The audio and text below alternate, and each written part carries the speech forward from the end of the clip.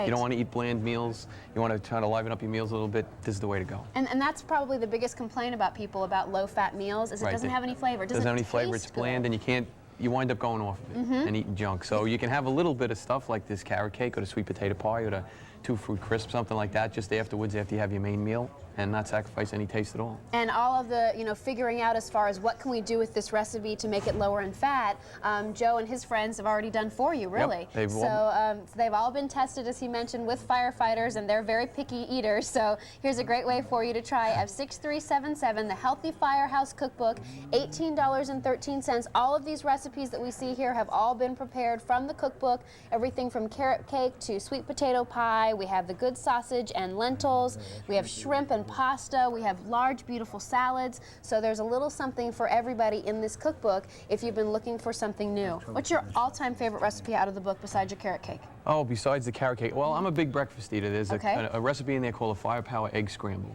And egg whites, everybody eliminates the yolks for breakfast, but egg whites, again, they're kind of bland. So I did like a Cajun omelet with peppers and onions and a little bit of chicken and Cajun spices, and made a real protein-packed, power-packed breakfast for people to have. Oh, that sounds great. And not even if you want to use it for breakfast, you could also use that, for an evening meal or any time. As another meal, but I'm a big breakfast eater, and it's the most important meal of the day. So to liven up egg whites a little bit, made a real nice breakfast recipe. Great for brunch too. That'd be a nice thing to have people over for brunch if they like real spicy kind of things for you as well. There are also some great bread recipes in here too for muffins and those kind of things, which I love. Right, muffins is something we can carry with us, take with you if you're on a diet, watching what you eat, throw in a Ziploc bag, take with you. So that's why I did a pretty big muffin chapter. Good chapter on muffins. So if you like muffins, this is a good cookbook for you.